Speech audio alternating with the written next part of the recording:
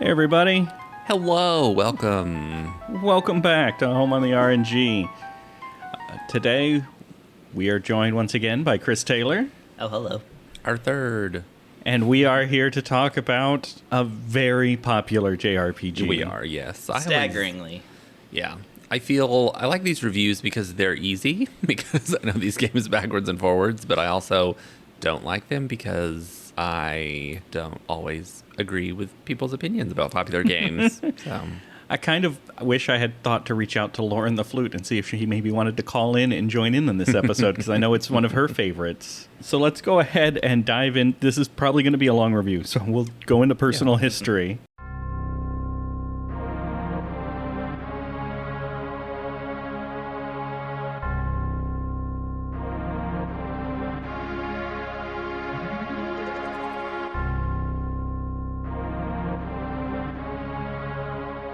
So for my personal history, clearly I played it when I was a kid. So the year that it came out, I broke my wrist. And Because of the game? Not because of the game. I say that's a little dramatic. Yeah. I was so excited that I just snapped my wrist in half. No, I broke my wrist. I was on bed rest for a few days after I first had it set. I had to have surgery on it. It was so bad. And then the game was out, but I knew that I was getting it for Christmas. So my aunt, this is a weird story now that I'm actually telling it. I'm excited. My aunt bought me the strategy guide. And because I was like at home from school and holed up in bed and I had to keep my arm elevated and I had nothing to do, she just brought me the strategy guide that was intended to like be given to me at Christmas with my copy of the game, but for me just like to look through. So I spent days just looking through that strategy guide and then weeks leading up till Christmas. So I like knew the game backwards and forwards before I even turned it on. Nice. It was a very weird set of circumstances by which I first played Final Fantasy VI. Okay, so yeah, my personal history with Final Fantasy VI. Wow. Okay, so I got into RPGs by way of Dragon Quest in 4th grade, because I almost didn't pass the 4th grade because I was playing it too much. And then I basically once I got a Super Nintendo, it was 1992, and so I rented Mystic Quest, Final Fantasy 2, quote unquote. The best Final Fantasy. And the original Final Fantasy, which I had seen on a poster and was like, ooh, this looks really good. I like this 4 people standing on one side and an enemy on the other side, and you choose what to do to fight that guy. I wasn't familiar. So it was really, really cool. And I played all of those in 1992, 1993-ish, all throughout. And so I got to anticipate as a 12-year-old, 11 to 12-year-old, the release of Final Fantasy VI. And I remembered that time before the game came out so distinctly because every time I saw a video game magazine, I leafed through it to see if there was one more screenshot, one more word, anything about Final Fantasy VI, because I saw a teaser in Nintendo Power. I think I even sought out that issue later and bought it just to look at it again. It was just a little blurb about it coming out. And yeah, I was a Nintendo Power subscriber for a decade, I definitely saw that. I only was twice, once during the SNES era, once during the N64 era. I subscribed when they were offering a free copy of Dragon Warrior to subscribe. Yeah. Yeah, I have issue 1. Wow. Very Yeah. cool. I bought issue 1 at a comic book store, I think. I know we're getting off track, but anyway, I bought issue 1 and subscribed immediately. So I have all of them for like the first 10 years of publication. This is jumping ahead for me, but I can't overstate how much I like Nintendo Power despite not having every issue.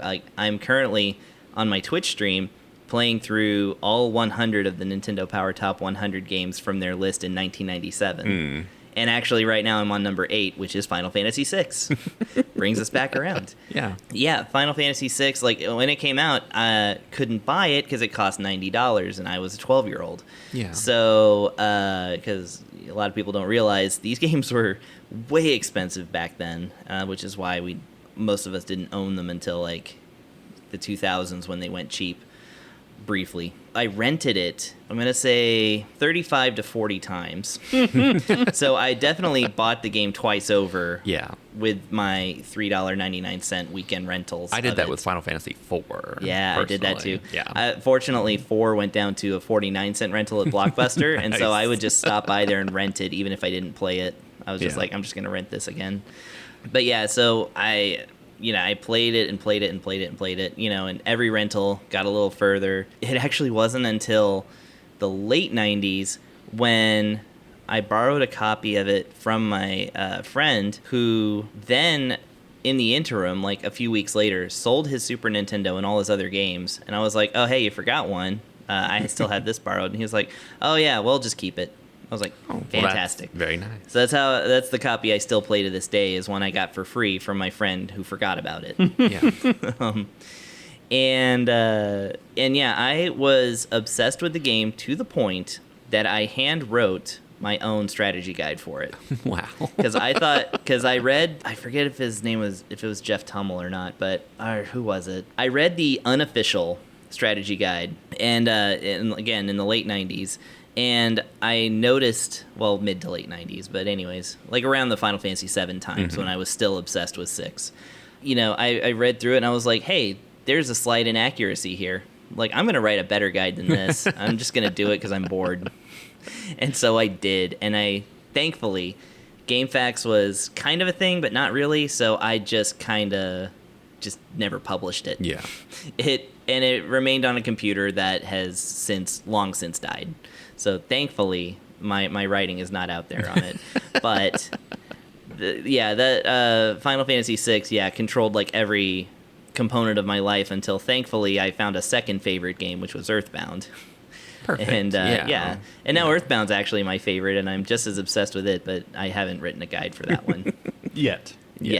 But yeah, Final Fantasy VI, I've played it through many times, and most recently did a solo Gao playthrough where I only played as Gao, and that's it, and I beat the game. I never owned the game, but I rented it multiple times. I borrowed it from friends multiple times, and I think the Final Fantasy VI story I'm going to share took place later in high school. I had borrowed the game from somebody. At that time, my parents briefly owned a large van, with independent commander seats in the back, and then nice.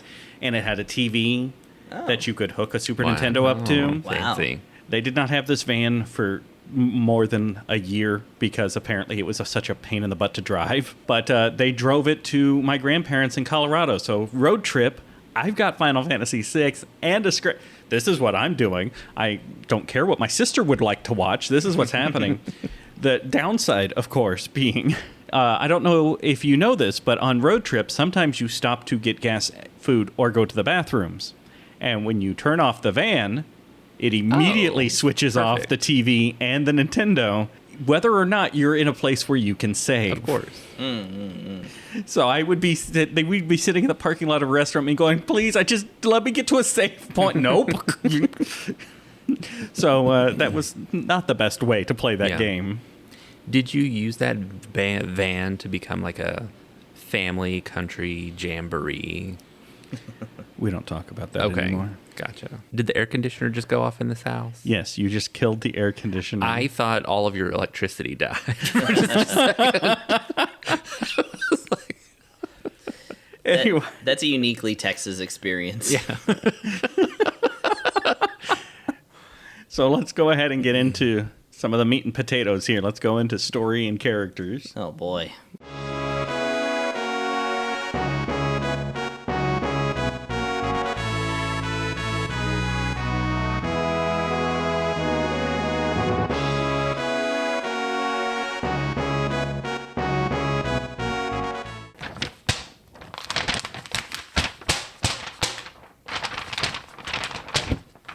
That's some good paper.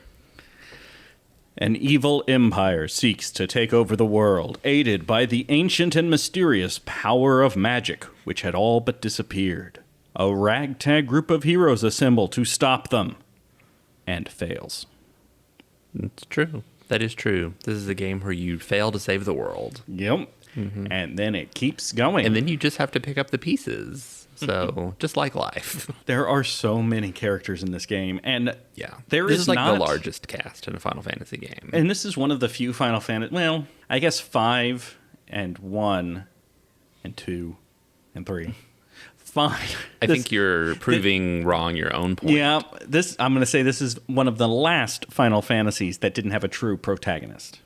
Because you start out playing and it feels like the main protagonist is Terra. Sure. But then she leaves the But party for a while Final and it's Fantasy Locke. 2 not have a true protagonist? The actual 2, Yeah, Yeah, like actual like 2. actual 2. it's got 3 main protagonists that are in the party the whole time.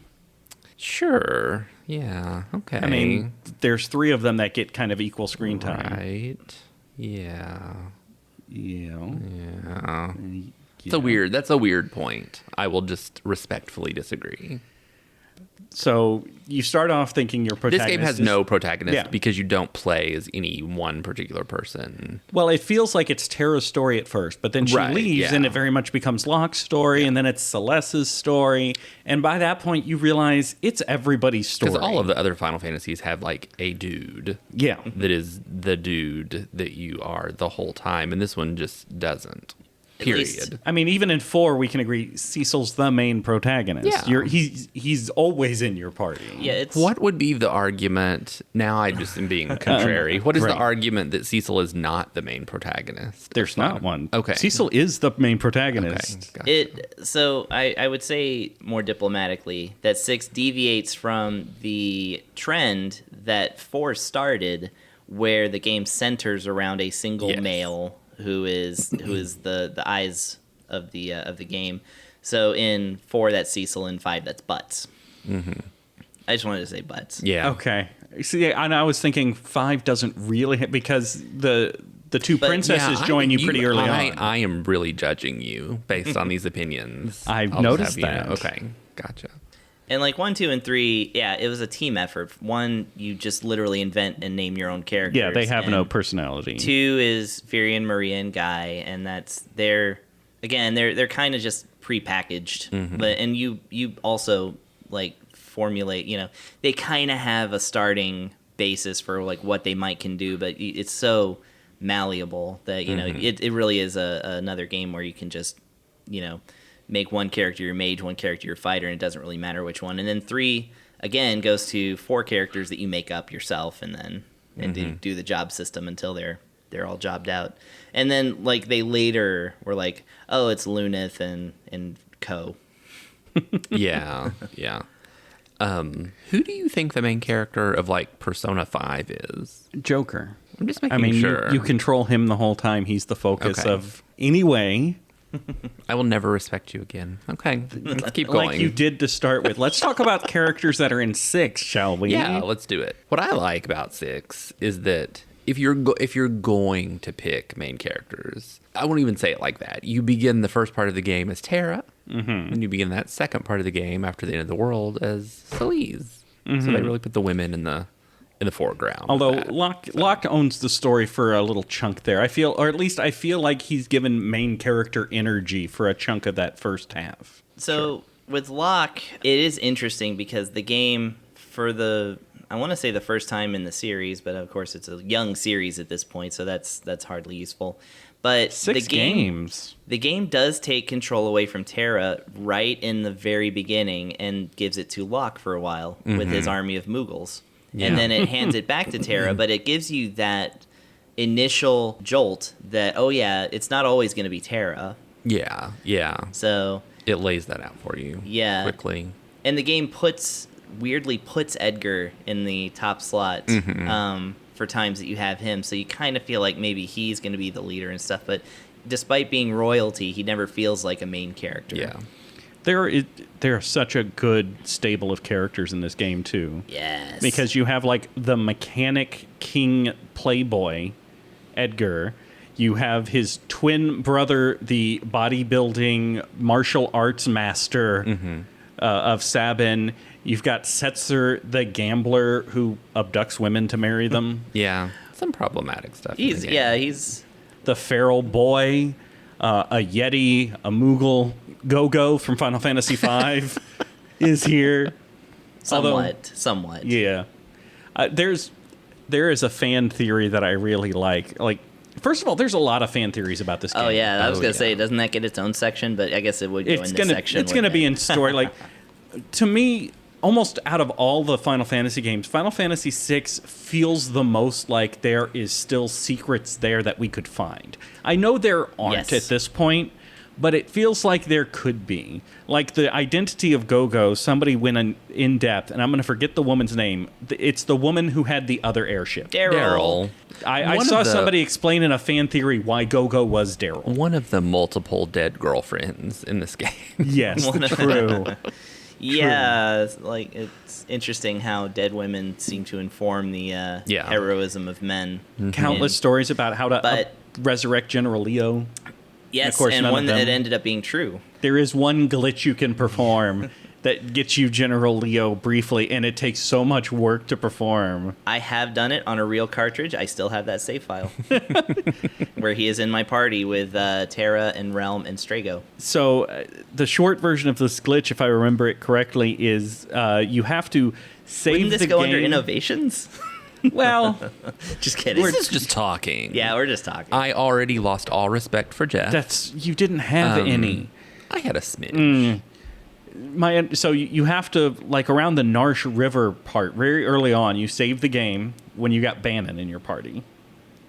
Then you have to play all the way to the World of Ruin without saving the game ever again. And then you can restore your saved game, and Bannon will be replaced by General Leo. Because apparently in the game's memory, as guest party characters, they occupy 15. The same slot. Slot 15. And so once you reach a certain point in the story, the game goes, oh, they're never going to have Bannon again, so this slot is for General Leo. And then you can go back and Bannon becomes General Leo, which is like 20 to 30 hours of playing this game without saving it. I wouldn't say that much. I did it in 12 hours. Okay. But it's 12 hours without saving, and you have to go all the way through the floating continent, which is nerve-wracking. Yeah, without getting a game over. Yeah. And yeah, there's actually there's a couple of things. There's a permutation of that where you actually have to do it twice in order to get him at a different point, and I've done that one too, so it's fascinating. But yeah, that is the depth of what fans have done to finish what is essentially unfinished, which is the story of Final Fantasy VI, is staggering. And I think that that's a testament to how powerful not only the story is, but the lack of detail in certain parts of it just begs to be filled in with your imagination. And some people are like, not some people, a lot of people like are really into kind of fan theories and fan fiction and like all that other stuff when it comes to this game. Yeah, my favorite sort of rumor that I heard on the internet was more backstory about Daryl. There was something I saw online where, like, once you get Daryl's airship in the World of Ruin, you have to go park the airship near some town, and then you have to like walk into the engine room with Setzer as your lead character or something. Oh yeah. And then he'll be like, I remember back before my wife was dead. And then you'll get like another little cutscene. Well, yeah, of him with Daryl. I really liked Daryl for some reason. I was really drawn to her. I mean, she has that giant mausoleum. True. I mean, yeah, that's. It wasn't until I was much older that I learned about Shadow's dream sequences that reveal his backstory. Yeah. Where I can't remember if it's directly spelled out or just very strongly hinted that he's Realm's dad. Hinted, yeah. In Remake, it's spelled out. It's entirely spelled out. But they did skirt around it enough in 3 where a very pedantic type could be like, well, it might be something else. Sure. But, all of us were like, oh, yeah, this confirms everything. It's definitely pointing in that direction. I love games that have hidden recruitable characters. And typically in this game, you talk about Go-Go and Umaro as the hidden characters. Mm-hmm. But Mog also is kind of a hidden He's technically character. a hidden He's- character. You can play the game and never recruit him. Not only is Mog hidden, but Mog is recruitable in both sides of the world, and Right. he's recruitable in the earlier part of the game. Only if you do a sequence where you go back to a treasure room you would have already cleaned Right. out, and because there's a locked chest there, and like you have no reason to think you can open that chest later. But if you do go in there, then you'll find that Lone Wolf the pickpocket from 5 Yeah. has made off with it, and then you chase him down the mines. Let's see. We haven't mentioned Strago. Oh, Struggle and I Realm. figured we're just like in Act 1 of our character Oh, discussion. Yeah. we can keep going. We can haven't keep talked going. about my favorite character, who became my favorite character as an adult, And that is Cayenne. The I samurai. like him a lot, actually. Love him. Didn't really care about him when I was a kid. Then I had a sexual awakening. And I liked... And now it's Daddy Cayenne. I liked dapper older men, and now Cayenne is my favorite character in said game. So- who also has a dead wife. Yeah, he does, and you see her die on screen. So yeah, Cayenne. There's some things I love about him. So one thing I'll mention, we're talking about stuff that we wrote that is no longer available earlier, like my strategy guide for this game. One of them is that I just by myself did like comedic articles about like different things, like back before podcasts were as much of a thing. When We should people start were a blogging. podcast. Yeah, that'd be fun. I did a list of the manliest men in video games, Yeah. and Cayenne was the top of my list. Yeah. Because of his personal growth, his family man status, his mustache. Mm-hmm. And I just love the fact that in Japan his name is Cayenne, like the pepper. Yeah. Because Japanese characters love to be named after food. And in order to shorten that name to fit in the character limit of 6, there actually is a word that is cyan, which is a color that is not the same color blue as the armor he wears. Like, but I love that it's like you could shorten cayenne to cyan and have it still make a kind of sense. I don't remember how I figured out that about his Japanese name. I don't remember where I first heard that, but I did very quickly, and would always spell it Kyan, so that my brain would teach me to say Cayenne. And I mean, if you're playing it in English and you call And him it's a much cyan, I don't cooler think name that's, than yeah. Cyan. I mean, I think. Oh yeah, I don't care what anybody. I mean, I say Celeste, and I think I'm the only person that says that. I do but- say Celeste myself. Yeah. Who is my other favorite character, by the way. She was my favorite character until I awoke to the handsomeness of Cayenne. The downside to having a cast this extensive, although, first I wanted to say, I've always wondered who the ghost is that can join you in the Phantom Train. Mm-hmm. Like, you get temporary party members in this game. Yep. The ghost and Bannon, Bannon's just there to cast heal every turn. Mm-hmm. Oh, yeah. That's his entire job. He's there to not die, or else your journey is over. Yeah. But the problem with having so many characters is that some of them are just way cooler and way more effective as characters than others. There's a handful that do not get the time in the sun, either in the story or in the gameplay of most players. And here's the thing is that over the decades, those have become my favorite characters, the uncelebrated. So I said this recently, if I could have the choice of literally anything to continue the FF6 story, it would be a post-Kefka after story starring Realm, Umaro, Mog, and Gogo. Those are the only characters. Excellent party. Yeah, it would be action-based, and Gogo could like kind of dual tech any of the other characters' things. So like he could tag team with Umaro, he could dance with Mog as an actual dance, and then also like a kind of dual art move with Realm. Very nice. By the way, Gogo's supreme usefulness is something I did not figure out until I was in high school either. Because they never explain that you can change. Yeah, that you can. So for those of you listening, this might be you can pick that up a moment for our listeners at home. But if you go to Gogo's status, you can actually assign 3 combat commands to him. As he only has Mimic, which is copy the last move that happened. But you can assign him sword tech. You can assign him sketch. More importantly, you can assign him magic, and he will have access to all of the magic spells that everybody in the current party has. Combined, yeah. Yeah. You can Second assign him thief. item if you want to. I don't know why you would, but you can. Yeah, and if you are into rages but not into Gao, Yeah. Yeah. Basically, Go-Go can replace up to 3 members of the game with their special skills. yeah. Go-Go is amazing. The only thing about Go-Go is no stat increases. But yeah, no, I love that. And by the way, my favorite Go-Go rumor is this lengthy one. I want to say that the author of it either is genuinely insane or just wanted to kind of do a satire of fan theories that were going around in the GeoCities realm at the time. But Go-Go is Adlai Stevenson, the unsuccessful Democratic candidate for president against Richard Nixon. Against Eisenhower in 1952 and 1956. Perfect. I believe it.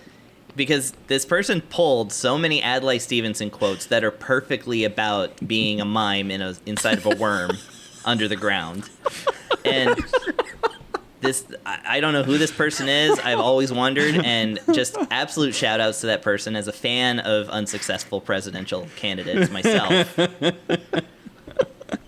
You just so perfectly did that character justice. That was a little too much for me on a podcast. That is my favorite rumor of any That video is game. great. I have not heard that. So Go-Go is Adlai Stevenson. for all of these games now, I go to how long to beat and I look it up to get an idea. Now, most of the Super Nintendo JRPGs are around the 20-25 hour mark.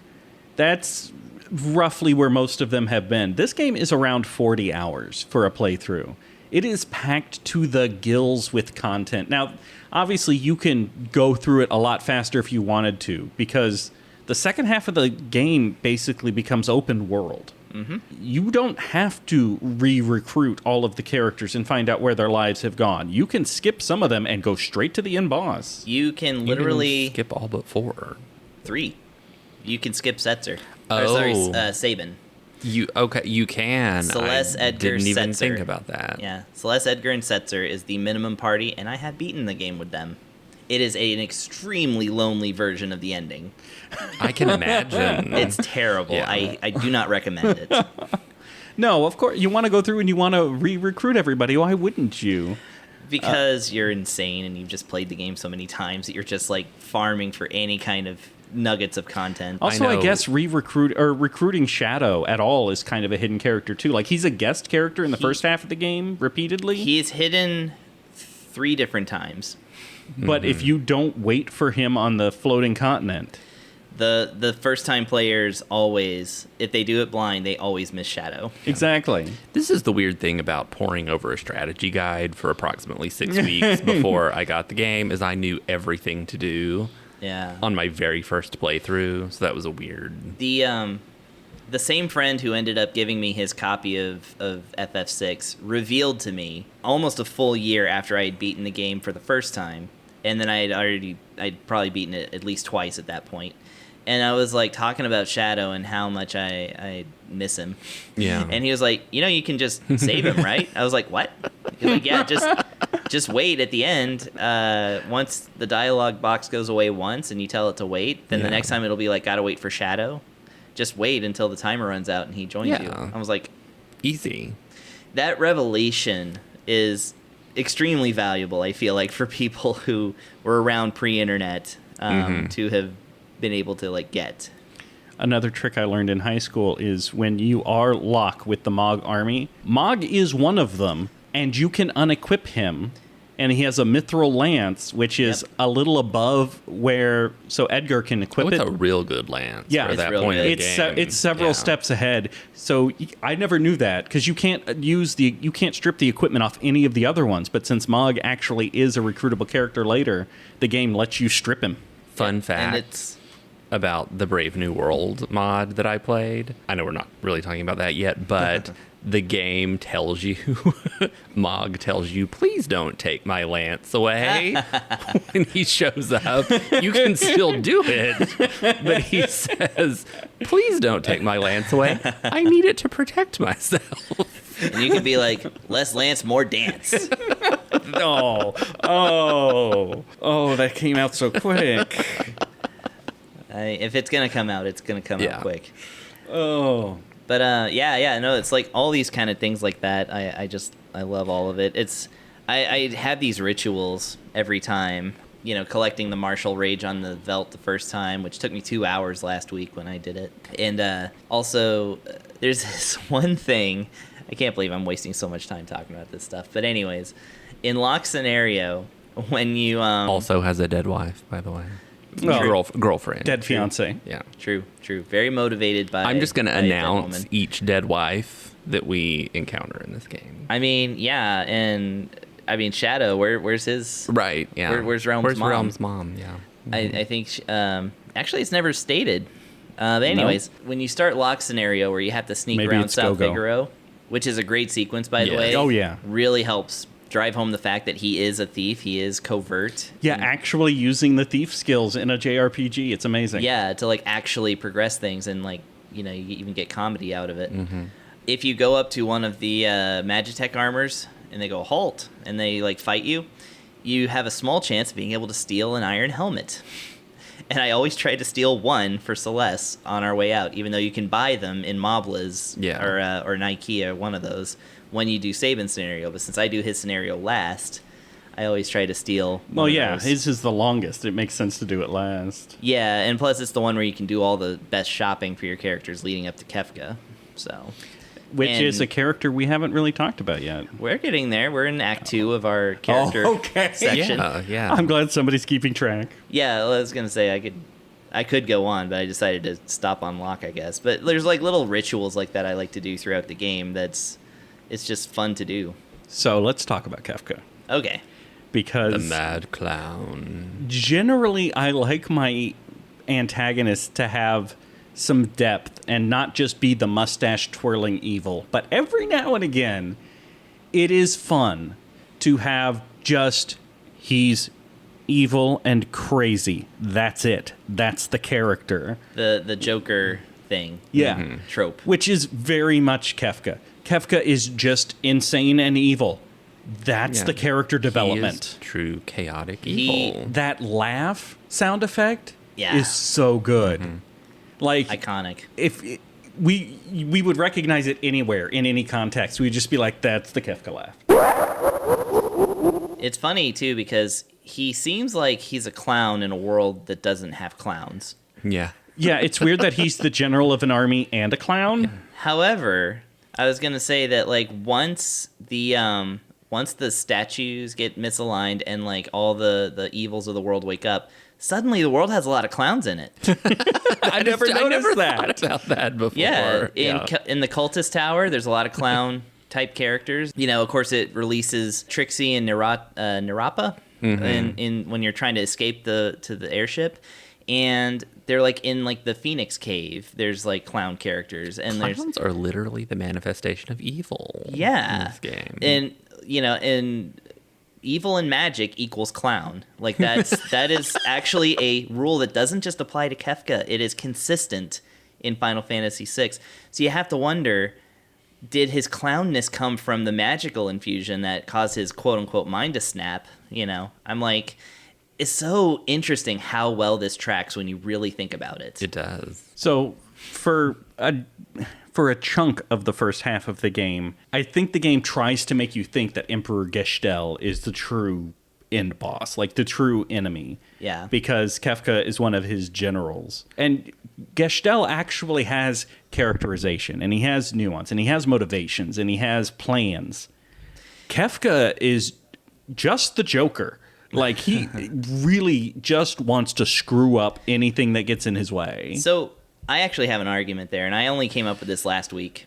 Okay. I'm not contradicting. I'm just saying, like, this is my take. Kefka is a lot smarter than I think people give him credit for. When we talk about how he's just a mad dog, like that's literally how he's described at one point in the game, is that he starts off as just this kind of comic relief almost, like just a dopey, he's a bad guy, but he's like referring to burning up a castle as a barbecue, and like, you know, having the soldiers dust off his boots was an extremely good touch. I to loved establish the dusting off the boots. To establish that he's a dandy and he's like bratty. I can't imagine somebody listening to this who doesn't know the game, but Right. it's dusting off his boots as he's marching through a desert. Yes. There is sand on my boots. Yes, exactly. That is perfect character establishment and excellent comedy for a time when comedy in video games was a little awkward.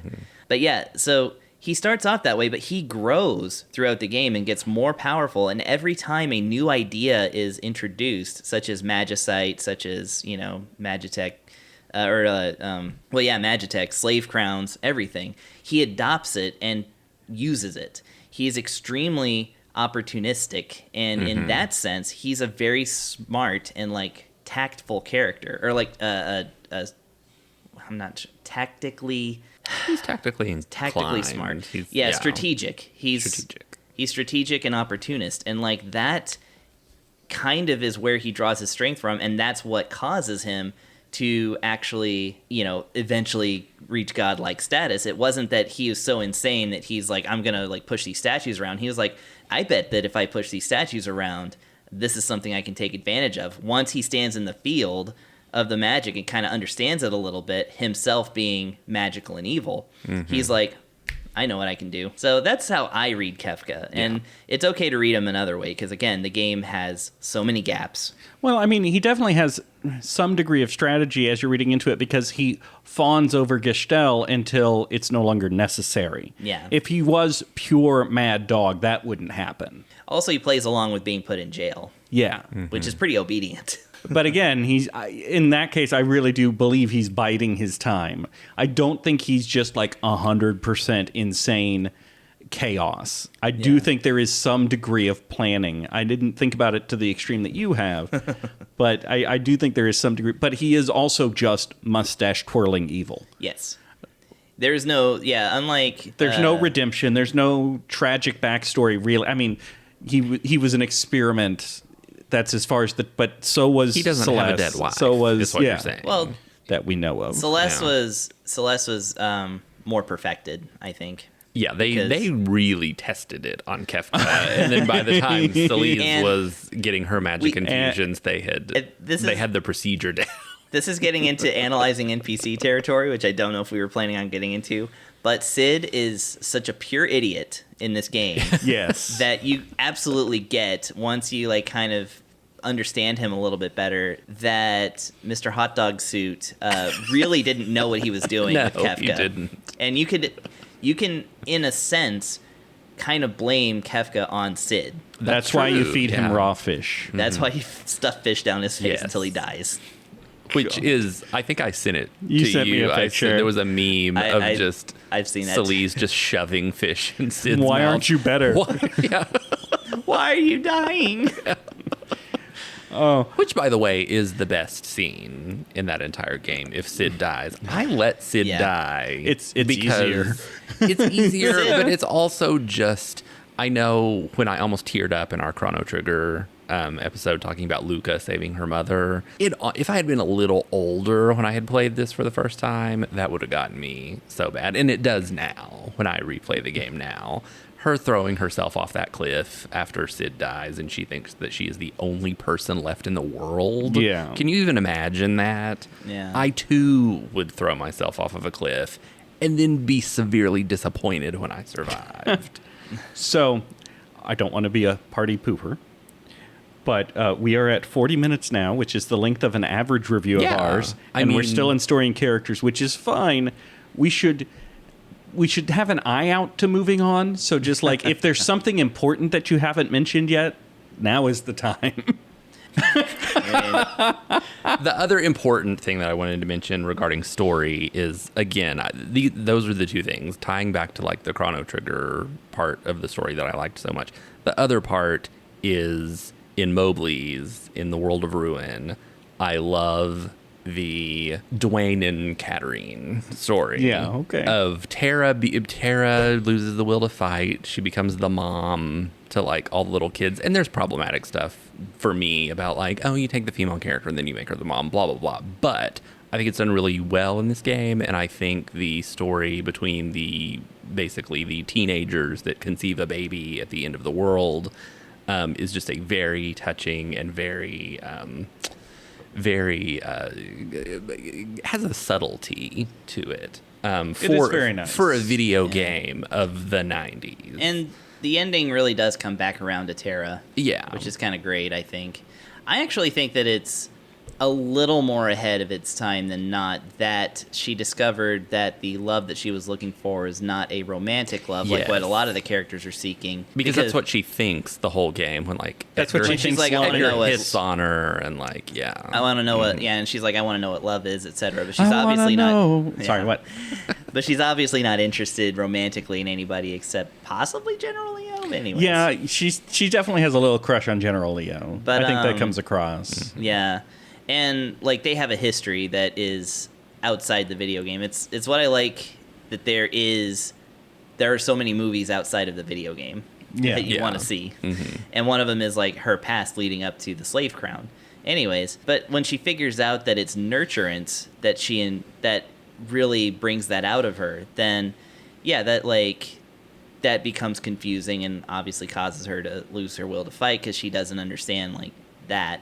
Mm-hmm. And she has to reconcile the Esper/warrior part of herself with the motherly part of herself. Right, exactly. And so, like, I do think that that's, like, good storytelling, even though it's, female character equals mom. But yeah. But it was not something you were seeing in RPGs in the 90s. I will argue that the relationship between Sabin and Gao is very paternal. It is. Oh, it is, yeah. And I like that a lot, too. I like that.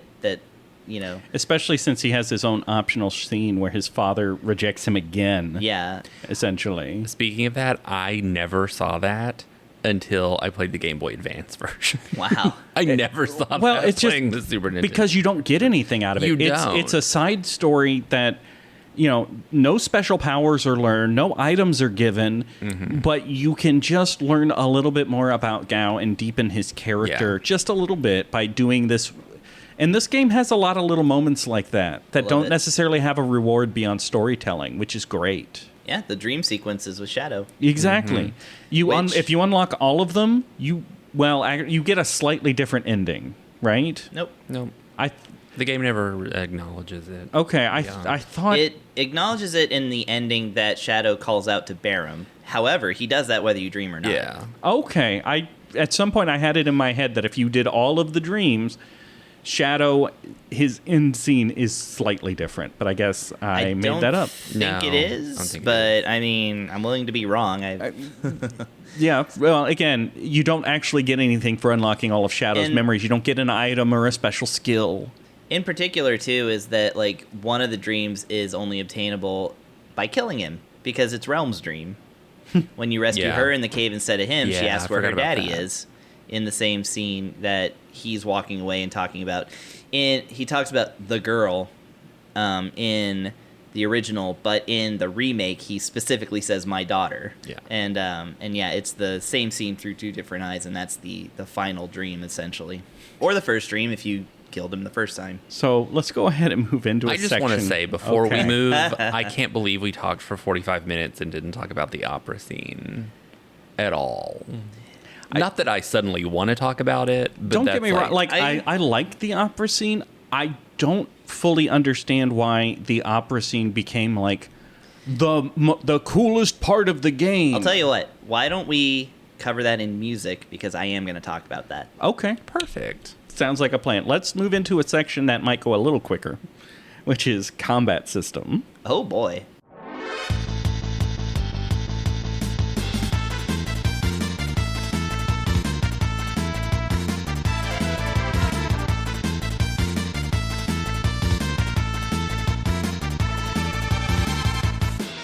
It's Final Fantasy. Done. But what are we no. going to talk about? There is a little bit more. It is standard Final Fantasy combat, but first of all, it has the first instance of limit breaks. I have Technically. the number of times I have played this game, and it wasn't until this most recent playthrough I ever actually saw one.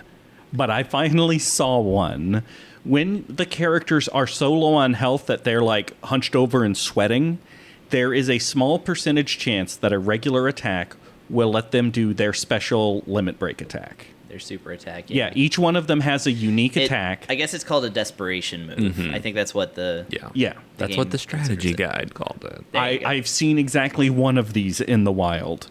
Which one did you see? It was Gao's. Nice. Weird. Okay. That's a rare one. Yeah. Yeah, it was. I think it was Gao's. It was Falling Rocks. Yeah, no, maybe so. I don't know all And of it shocked me when it happened because I was like, wait, what was that? What was did I just see the limit break? Additionally, every character has unique skills in battle, which is kind of, I mean, it's like they do in Final Fantasy IV. This is its version of having a class system. It is their class system. It's just the downside, I feel, is by the time you get to the end of the game, a lot of those abilities are less effective than just attacking or using magic. because the magic system. Yeah. So, like, they're all cool when you first get... Well, they're not all cool. Some of them are cool when you first get them. One of them breaks the game irreparably. Frequently, yes. But then they kind of just get lost along the way. They don't seem to level up as you level up. Their effectiveness becomes less. So it's not something that a lot of people focus on. Apart from the steal skill is still useful to get rare items. But like Celeste's runic skill, apart from very specific circumstances, very specific battles, it hurts you more than it helps you because she sucks up your own attacks. Yeah, she can. I'm just thinking about all the Terra's different ways I do use. transform. That one, yeah. So my opinion on that is that it depends on how you play the game, and I think that the game is extremely open in that way. You can lean into them. But I think that it's like Skyrim always ends up being sneaking and shooting with a bow and arrow. That's how I play it. Final Fantasy VI always ends up Ultima, or even if you don't find Ultima, like the Fire 3s and whatnot of the world. And or, just using the most powerful magic and then refilling your magic and then, just going from there. And I think that like one of the things, like again, I've played through the game as a solo Gao run, so I only used rages. I did use magic when applicable, but I beat Kefka with a rage. I actually watched you do that. Yeah. It was Cat Scratch. Yeah, Cat Scratch, which is amazing. But the problem, you can make Gao useful, but it's such a time investment to make sure you get the useful rages. It was like average amount of time for me. And that's only because I did extra leveling. It turned out I didn't need to do. And you need to know which one are the useful rages. Yes, you do need to know the rages. It's true. But because there's hundreds, dozens? There's over 100, yeah. I don't remember the exact number. I think it's 255, like the usual RPG number. Sure. But I might be wrong. And there's missing ones in the original game, too, because of bugs. So I never bothered to get all of them. There's only 3 that you need. And one of them is Cat Scratch. You'll find it blasphemous that I often just let Gao live in the Veld. I mean, that's fine. I was like, he's probably pretty happy there, and I can do this without it. It's very much personal preference, but I don't argue against anybody who doesn't like to use Gao or doesn't like to take any time. To me, it's like learning Ultima takes too much time. I don't learn Ultima. Yeah. I never need Ultima. But, finding the Marshal on the Veld, I always have to do that. So, what does the Marshal do? Wind Slash. Oh, okay. Which you don't get until the World of Ruin if you wait, because Mantodias also give it to you. They're a very high-powered mantis. And you can also get it from a couple of swords that Cyan can use. There's exactly 2 of them in the game. It's called the Tempest. You get one of them from stealing from the Air Force, which is extremely hard to do. No, I'm sorry. Number 128 in the minecart. Okay. Which is an extremely hard fight to steal from because it's extremely low probability. But if you get Tempest there, you get the second Tempest from the Esper Cave leading up to the World of the Espers. And it's just right there. And if you dual wield Tempest, then he has a chance of casting Wind Slash twice. Nice. Sweet. Yeah, it's See, he's the coolest character. he is. No, there is a way to get Cyan to be extremely powerful. So, but what was I saying? Oh yeah, so like there's different things, and some of them do take time investments. If you want Strago to be good, you got to invest some time. If you want, Mog to be good, you got to learn what those dances do because he only has 8 rages. And getting the water rondo is some work. Getting the water rondo is completely missable. Yeah. And it is work to get it. The instruction book, thankfully, I think lays it out, like where to get it. It does. Yeah. I can confirm. Yeah. Strategy guy? Yes, the strategy guy. I think even just the regular instruction book, right? Doesn't Oh, it I don't say know. I had you the can get strategy this- guide, so I knew how to do everything. Something official and printed that I read. I have both strategy guides and the instruction book Yeah. now, so it's like at some point I read, you get this from the Serpent Trench. And so I was like, oh, okay. But yeah, I mean, I don't argue against people who don't like to use Gao. I only argue against people who say Gao is not good. So let's go ahead and move on to innovations, because we have more ground to cover here. Huzzah!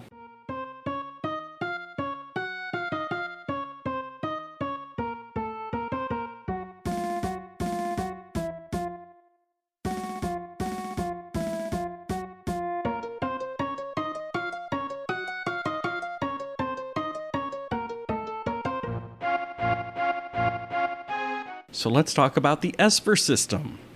Oh boy. Who wants to cover the Esper system? I'm going to be talking a lot of You this. go. Go for it.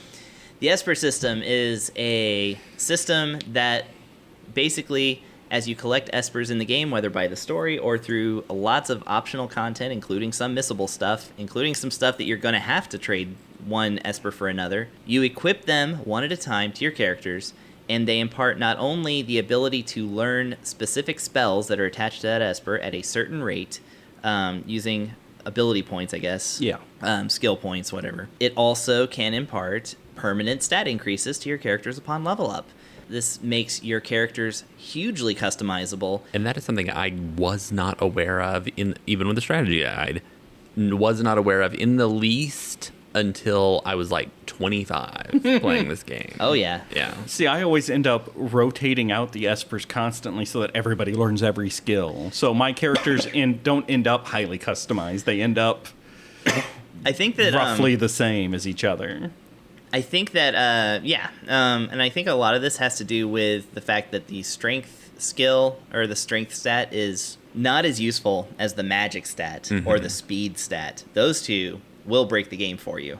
You can raise your magic stat with 2 different Espers that are relatively easy to get by 2 points per level, which by the time you get to like a level, you could do it like at level 20, and then by the time you get to like level end game, which is like 50, 55, then you got almost the cap on magic attacks, and then like your fire 2 is doing 9999 damage. Again, super useful if you're maining Gao, but also Sabin very much benefits from these because Aura Bolt is one of the only free holy attacks you get, and is extremely useful even through the end game. So raising Sabin's magic stat is just a very viable strategy. Plus, we forgot to I forgot to mention this during the combat section, but I like to think that there's nobody alive who's played this game that didn't suplex the train. I didn't know about it until it became a meme. Because I just didn't expect that you could suplex just about anything. I love that it became a meme, and it's one of my favorite memes because I don't know, I feel like it's something that connects us all. Like, we suplex the train. Of course you suplex the train. Suplexing the train is definitely something that people don't do on their first playthrough. I did. I did. Nice. That's good. I wanted to see, can it be done? I mean, I love that you can sometimes experiment in this game and it pays off. But it's one of those things where it's like, it's such a flex because it's one of the only bosses that can be taken down with a Phoenix down. It's like, it's such an easy boss that like... See, that's what I always did. Yeah, I was like, undead, gonna use him. Come on. Gonna use You can pick that up? Yeah. You can pick that up. I didn't know. Oh. I didn't know.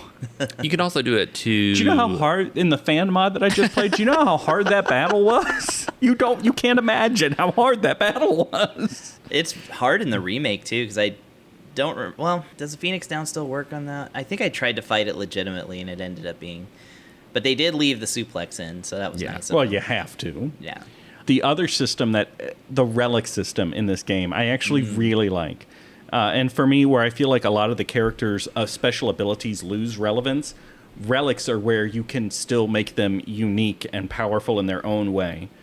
Relics are special items throughout the world. You can find them in chests. You can buy them. You can earn them in battle. You can steal them. Each character has 2 relic slots. And the relics have different effects that can alter the character. I mean, it could be something as simple as dash shoes, so that now you can sprint around town and get around faster. Yeah. But then there's the offering. Yes. There's relics that let you cast spells multiple times in a row. Mm-hmm. There's relic that lets you dual wield weapons. And if you combine that one with a relic that lets you attack 4 times in a row, all of a sudden you're doing 8 attacks in a row. Yes. There are relics that make you immune to certain status effects or all status effects. There are relics that give you new abilities, like jump, so you can be a dragoon. Mm-hmm. And one that multiplies that by 4. Yeah. Yeah. If you know what you're doing with the relics, they can be very powerful in certain combinations. My favorite gym box plus economizer makes it so that you can dual cast and every spell is 1 MP.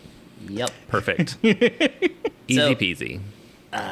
Then there's a Moggle Charm, which makes it so you don't get random encounters. Very true.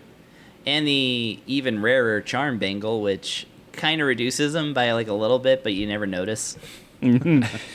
One of my favorite things to learn about the economizer is that so notoriously you can get one by betting a gem box, which is a one-time only. You have to climb the entire cultist tower to get it, and you can bet it at the Coliseum for an economizer if you want. However, the economizer is also a rare drop from the hardest regular enemy in the game, which is a Brachiosaur, which can cast Ultima on you and will. However, I found out you can gosh darn steal an economizer from an enemy in the Phoenix Cave where you go to get luck in the World of Ruin. You never think to go back there once you have him, but there's a bird enemy in there that you can just straight up steal it from. Yeah. Which is amazing. I didn't know that until like my 30s, for sure. You can also glitch the game out with Realm's sketch skill. Yeah. Because it feels Final Fantasy VI would have gotten patched after it came out. It would have, if patches had existed back then. Square Enix is really bad about patching stuff. Maybe it wouldn't have. Realm's special ability is half broken. Half the time, it will just break the game. Yeah, and sometimes permanently. Yeah. I mean, permanent to that save data, but, you know. Which is another reason why I rarely use her in my party. Like, just, you know what, little girl, you just stay on the airship. It's fine. You steer the ship. I will say, in Realm's defense, she's a good character for one, because she has very high natural magic defense or attacks, so you can actually get her to the cap quicker if you really want to use her as a magic user. However, again with relics, the fake mustache gives you control. Yeah, control instead of sketch. Way better. And that is the best way to learn some of Strago's blue magic, which is great because that is an instance of, without any story, one character assisting another character, those 2 characters that are related and are very tied into each other. Yeah, one of them can be used to make the other stronger, which I think is great. Realm also wears little kitty suits as her armor. Yes. It's true. I always use her as my mage. Are there any other innovations that we're missing? I mean, so many.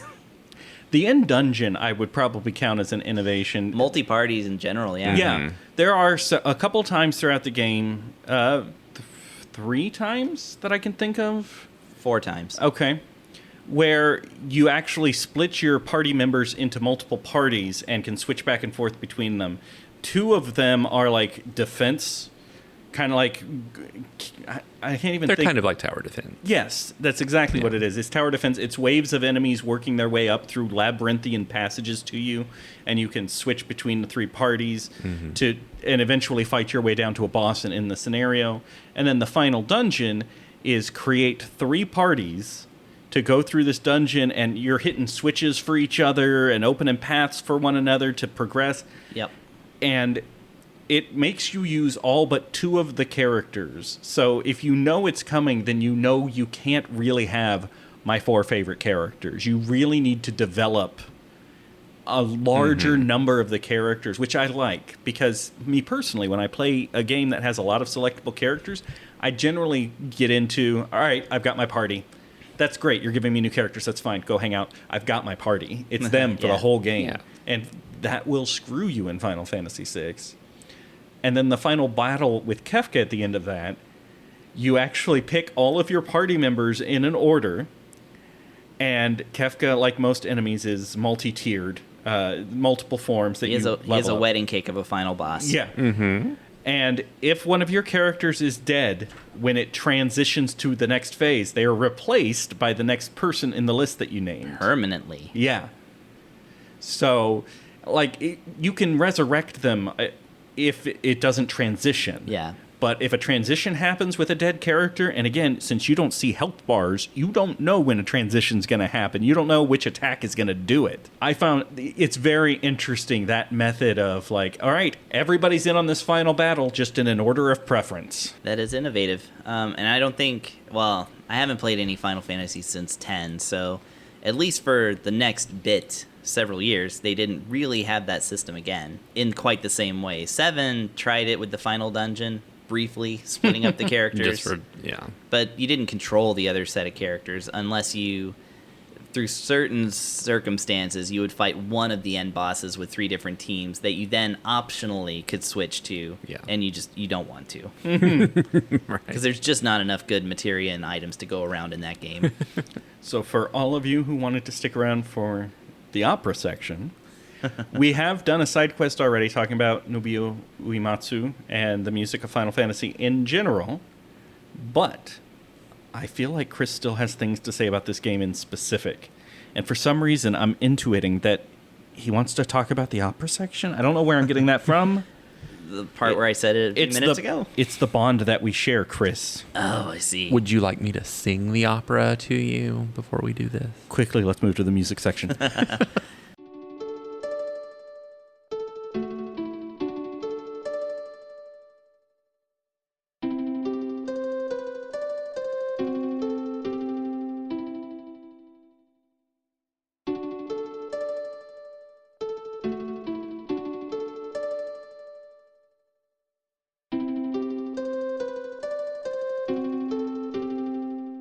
Well, hello. Here I am again talking about music in video games, talking about one of the most famous soundtracks of all time. Possibly the most famous. I don't know if there's a more famous soundtrack than Final Fantasy VI. I guess you could call it the pinnacle of the 16-bit era for Nobuo Uematsu, because I'm sure he did some Chrono Trigger music, and I'm sure he did some stuff that stayed in Japan or whatever. Mm-hmm. But yeah, this massive soundtrack encompassing 3 CDs on the official soundtrack, which actually came out in the US, which was a rarity back then. Kefka's Domain was with its 90s, its 90s color palette and its Moogle leaning on the sword, attitude. Came out. That was the attitude of the 90s. It was the attitude of the 90s. This game needed to be tough. The Moogle leaning on a sword is pretty much how I remember the 90s. Yeah, that and the ads, all the ads were like that. It had Mog in it, even though he's not a starring character at all. He's an optional character. But he's also a meta character because he serves he's emblematic tutorial of the franchise. Yeah, and he's the one you use to select the scenarios. He comes in on tutorials and stuff. So and yet it's Kappa who comes out to explain certain mechanics. Like the rages, yeah. I think he only comes out for Rage, which is funny because Rage is a very Kappa thing for most new players. Which is funny too, by the way, because in my most recent playthrough, Shadow got turned into an imp by the Phantom Train. And then when I was walking towards Barren Falls in order to go to the Veldt, which is usually where Shadow goes away from your party at that point, until you meet him again. He actually, in the one battle going up to Barren Falls, he chose that battle to leave, still an imp. And so when Kappa shows up on the Veldt, it's like Shadow just came back to explain one more thing to you. It was amazing. Nice. Never had that happen before. Anyways. Music. Kappa music. So yeah, Uematsu's soundtrack for Final Fantasy VI is just, again, I think still unmatched in what it brings to the video game. You know this exactly as soon as you turn on the game, and it starts this haunting organ chord that just builds note per note until it shows the title. It's just like, ba-da, it's got that sting to it, and then that goes away, and then it's replaced with like these lovely pizzicato like violins before it starts into the story, which just has this dramatic John Williams-esque like orchestral, like it's so imposing and like kind of dark. Like it doesn't start you with the usual Final Fantasy theme, and Final Fantasy V also deviated from that, but it comes in with like this triumphant Butts riding in on a chocobo, dun dun dun dun dun dun, like heroic theme. This one doesn't. This Dark. is like, this is different. Things are already bad. We've already got an enslaved like magic user piloting a machine of death, like storming through a town on her way to like seek out a frozen monster. That If it had been 2002, Evanescence would have started playing. right. Or since that was the era of Final Fantasy X, it'd be like death metal. Like in Final Fantasy X. Yeah. So anyways, and you don't hear the first notes of like triumph until Locke appears to rescue Terra and kind of give you that first sense of like, oh, things are going to be okay after all. There are heroes in this game, and there's people who are going to help each other. And and then the Moogles pile in. You do that really fun fight where you basically always win because those Moogles are great. And it's just like the music in this game it just so stands out. There's one particular piece that I like to point at in this one is Gao's theme, not the Velt theme, but Gao's theme, which starts off with the cello. And it's when he comes and rescues you, or not rescues you, when he comes and discovers you on the Velt, when you first wash up after Baron falls in Sabin's scenario. It plays this beautiful melody that you can miss if you just walk right out of the screen. You have to stand there with your character to listen to this whole song. That song is beautiful and memorable, and like people remember that melody and stuff. It comes back in Gao's part of the ending. In the actual game, it only comes back one more time, and that's when Gao has talked to his father and decided to let the idea go. He's happy that his father is happy.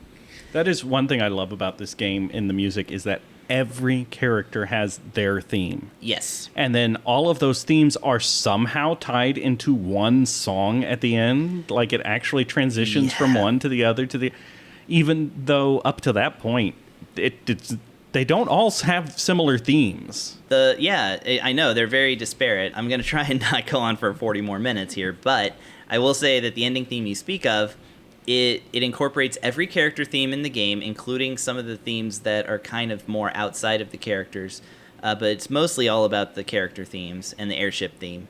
And it is 23 minutes long, uninterrupted. That is how long.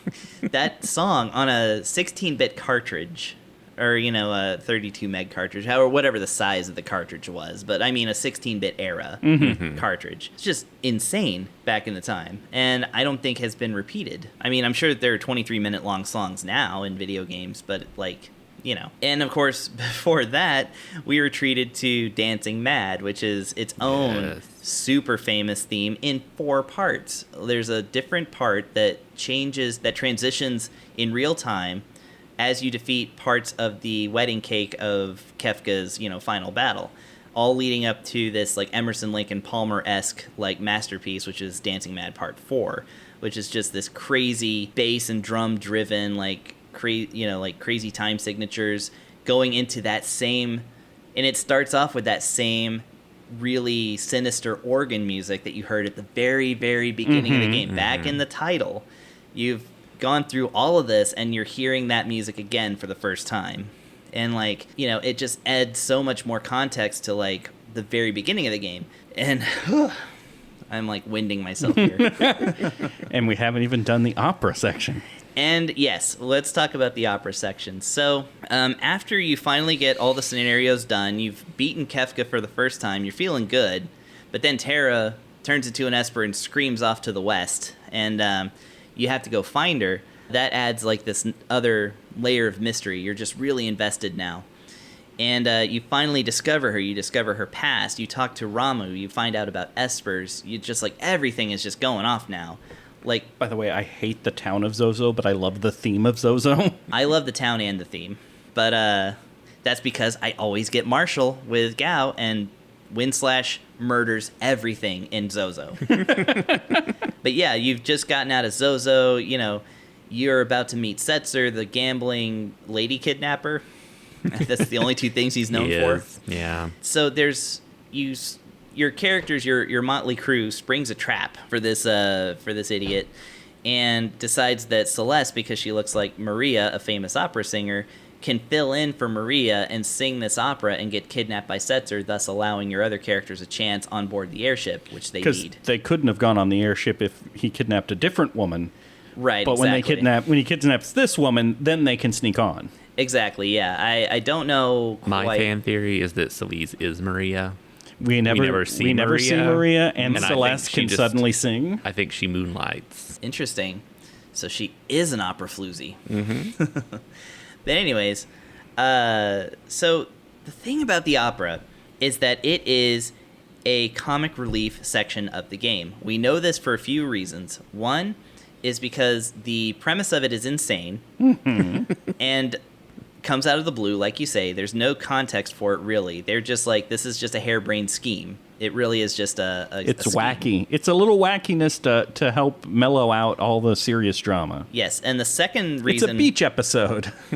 The second reason you know it's comedy is because of the appearance of Ultros. Ugh. Ultros shows back up to everybody's delight. Unless you really whiffed it on that battle with him on the raft, then you're kind of maybe like, oh no, not this guy again. Because that does kind of come out of nowhere, and he is tough if you don't know how to deal with him. I love recurring boss characters, so Ultros is a lot of fun. I love like low-level antagonists who think that they're the bad guy. Yes. Or the good guy, and they just are there to irritate you. Ultros shows up and is like, I'm going to wreck your opera for some reason because you guys beat me on a raft. And it has like actual jokes in it. It's like the 4-ton weight, which is marked with 4 tons, is too heavy for this octopus to push from the rafter. So he's like, this is going to take me exactly 5 minutes to drop. And that puts the 5-minute timer on your thing. Amazing. Like, and you know, if you press the wrong switch, the lights go out and you see the little eyeballs pop up like, oh, looking around. Or you can like accidentally, you know, do other things. It is a comedy scene, but here's the thing. You then are treated to the actual opera, which for the first time in, as far as I know, in a video game on a Nintendo system anyway. I mean, I'm sure it happened on Sega CD or whatever. You are treated to an actual opera that was written for this game by master composer Nobuo Uematsu, who wrote words that make sense in Japanese but are very roughly translated to English and outside of the meter that you're hearing in the melody, which to the chagrin of everyone. The opera is so good that people think that the opera scene is a dramatic highlight of the game and not a derpy side quest. Yeah. Right. Literally, the game is that you go out there as Celeste, having read the lyrics. The lyrics, yeah. I was going to say the score, but I forgot the word score. Well, we're lyrics talking about isn't a video accurate game. either because in opera, the book has a different specific name, like libro. I can't remember the name now. Libretto or something, yeah, I don't know. I don't know those kind of terms. I'm not that kind of musical expert. You're the musical expert we deserve. Yeah.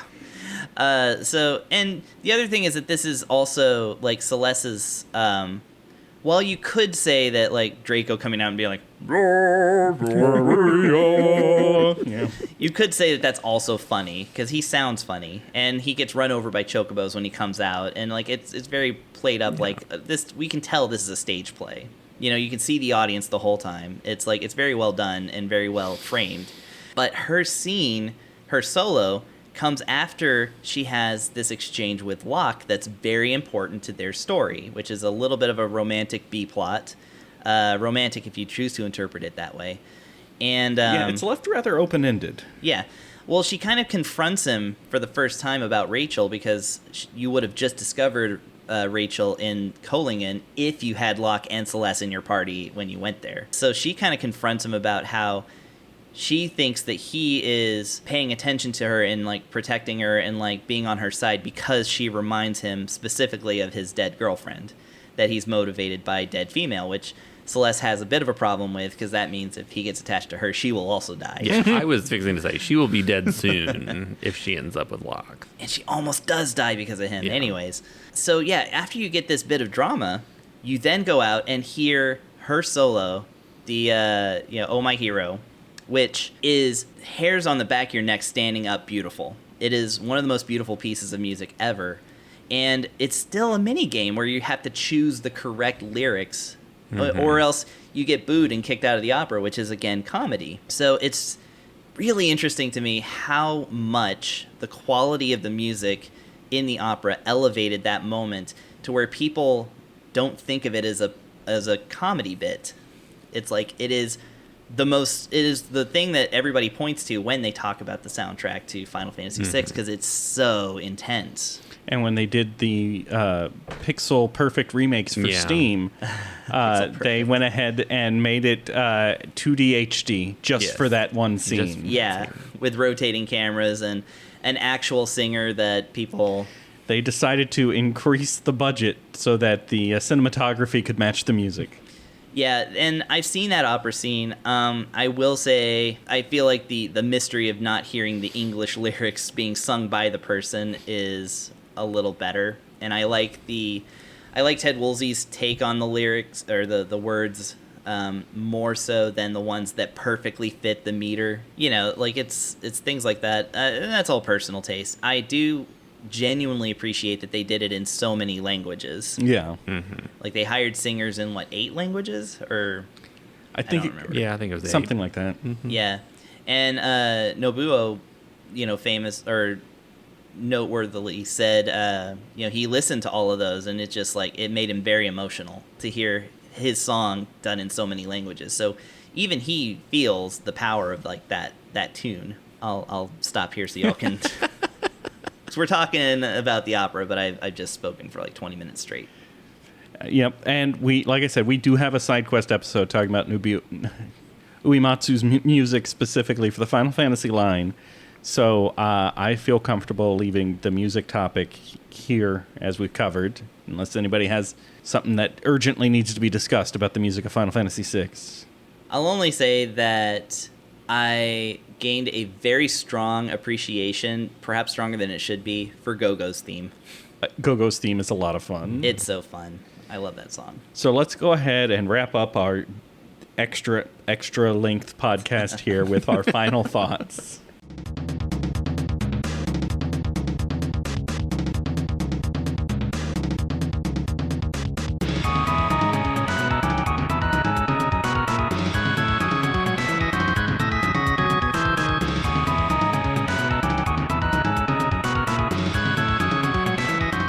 This game is terrible. I never want to play it ever again or talk about it ever. No, it's seriously. No, the game is great. I mean, there's a reason that it is so many people's favorite game or favorite RPG or favorite Final Fantasy game or anything like that. And I know at the beginning of this review, I said these are my favorite and least favorite episodes because often I don't agree with people, but in this case, I do. I think this game is absolutely terrific, and I give it 5 dead wives out of 5, which I think might be the amount of actual dead wives in this game. So it lives up to on the dead wife scale. Excellent. Yeah. Chris? I'm trying to think of how many wives are left alive in this game. Duncan's wife survives to the end. She does, yeah. And it's hard to pick. Well, Dwayne's wife. Yeah, I guess Dwayne and Katarine are going to get married now with their baby. So that's it, though. I want to say that is it. I am Kefka destroys the world and a tad marriages. surprised that Katarine didn't die in childbirth. I mean, that would have been. Wait till the sequel. Yeah. Oh wow, the sequel with Realm, Gogo, Mog, and Umaro. And Terra's mom is dead. A lot of dead women in this game. Yeah, I was thinking. Okay, so Terra's mom, Madonna. Yeah. And Russ, what have you started? Kyan's wife. Shadow's baby mama. Yeah. We don't know what happened to her.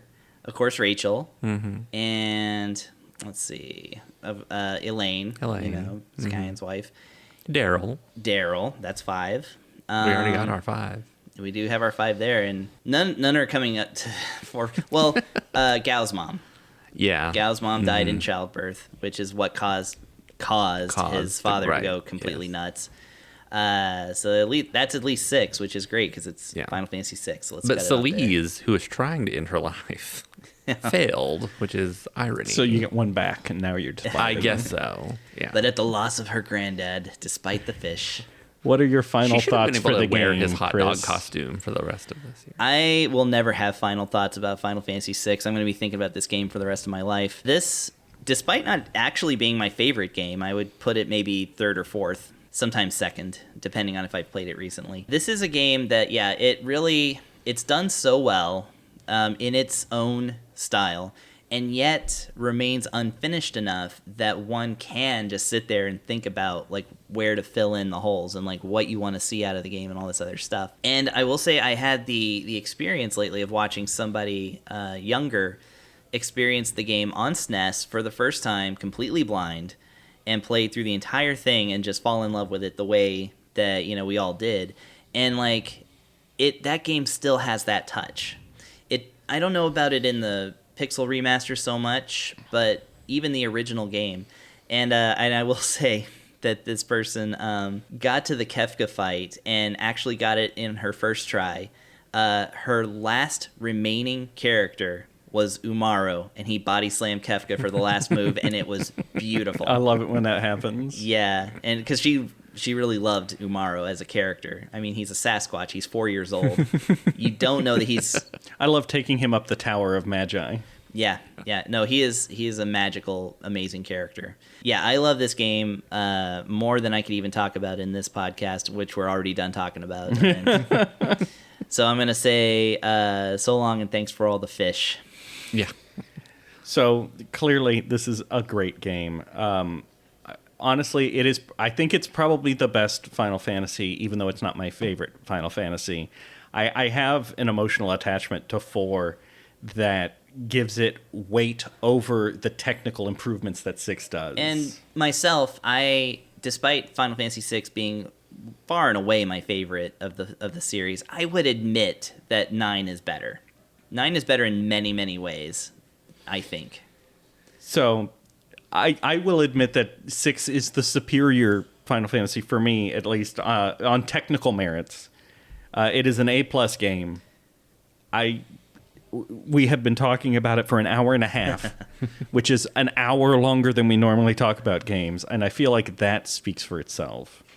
So, real quick, instead of plugs, let's talk about something we're currently consuming, a book we're reading, a game we're playing, anything that you're currently interacting with.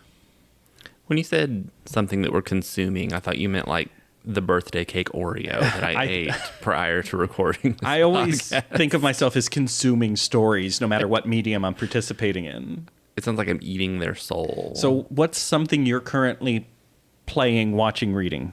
You don't have to love it. You don't even have to like it. I mean, do me last.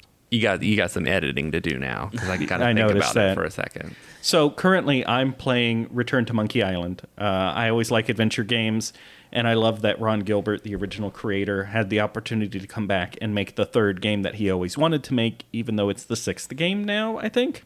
And I'm about halfway through it, and I'm having a really good time. It makes me happy. So that's just something I'm playing right now. I just got a EverDrive 64X7 delivered in the mail, which is a flash cart for N64 games. Now I have all the N64 games, and the first thing I did was start up a game of Animal Forest, which is Animal Crossing, of course. But there's a translated ROM out there, so I wanted to play the game at least partially in English to check it out and see what it's about. It's amazing how much of the current Animal Crossing is still there from this old N64 game, so... Cool. I'm kind of enjoying that. I just started it last night, so I'm not that far into it. And Russ, what's something you're doing? This is going to be widely off topic. There's not a topic here. It's fine. Go. I read, if anyone who listens has ever read Go Ask Alice, which is a book from the 70s that is a fictional book about a girl that had drug addiction in the 60s, but it was marketed as like a true story based on a diary in the 70s. And there's a book called Unmasking Alice that I just read, which is like the true story of the woman who kind of invented Alice and wrote a whole series of books about like troubled teenagers addicted to drugs. And it's the kind of stuff that I like to read. And it's very interesting if you were at all interested in like 70s culture and like just authors who are a little odd, think they'll have more credibility if they say something is true. Anyway, it's called Unmasking Alice, and it's real interesting. That's what I read last. So if they want to play Final Fantasy VI, Russ, where can they play it? Anywhere, really. I mean, you can play it on your phone. You can. Oh boy! You can play the Final Fantasy VI Pixel Remaster on your phone, or you could play that or mobile PC. remake. Or you can play. Actually, that's gone. Oh, okay. After they put out those Pixel remasters, they took those off Steam and off riddance. the OS, iOS, and Android, and all that. Those sprites looked horrible. Yeah, they were terrible. Yeah, but probably play. You can find it. You can find it. The Pixel remaster is faithful, so play that on your PC or play it on your Steam Deck or whatever. Or your Steam Deck, because unfortunately it's not on any consoles yet. But anyway, or just play like the original, because the original is great. I think the newest version of the original is on the SNES Classic. Oh, it is on the SNES. Okay, yeah. I have one of those. I forgot about that, though. Yeah. All right, so join us next time. It'll just be Russ and I, unfortunately, talking. Chris was not able to join us. We recorded the episode previously, so you're going to be listening to it slightly out of order. But next time, Russ and I will be reviewing Trails in the Sky 3. Yay. So join us for that discussion, and then we'll get Chris back as quick as we can. I was going to say it's fine because I never played that game, so I wouldn't have contributed anything anyway. We'll see you guys next time. Bye forever.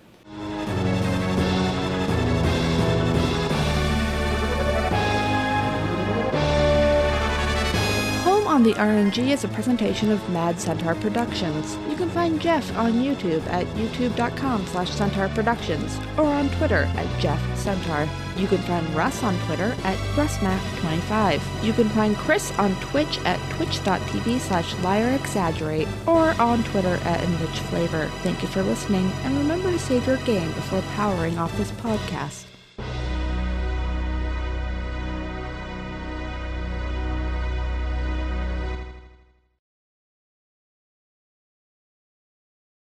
Oh, my hero, so far away now, will I ever see your smile? Love fades away Like night into day. It's just a fading dream. I'm over here by myself now. Yeah, I let you have it.